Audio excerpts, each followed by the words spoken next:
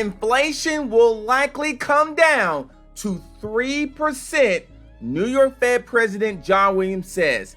Let's get into this right now because this could be some big time news coming up. My name is Adam video today, and this is the Clear Crypto YouTube channel. Don't forget to like, comment, subscribe to the channel. Now, the central bank has much more work to do to bring inflation back down to 3%, New York Fed President says today.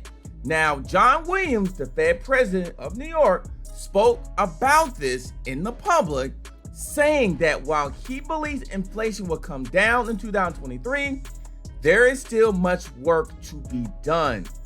Now, these factors could more than likely contribute to inflation declining to about 3% next year. John Williams said this in a speech to the U.S. Hispanic Chamber of Commerce in Phoenix. Now, going back to August, inflation ran as high as 6.2%.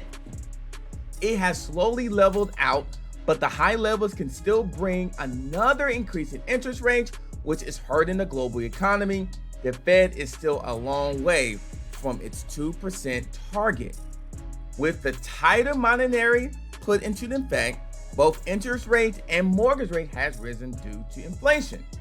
But overall spending, including on homes, has begun to decrease more, according to Williams.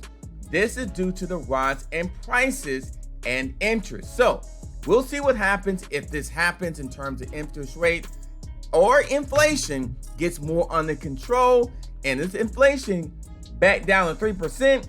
If they get to that goal in 2023, we could be looking at some different opportunities. If it's down to 3%, we will have to see what happens with inflation, interest rate, and more. My name is Adam Shelton, and thank you for watching this video today.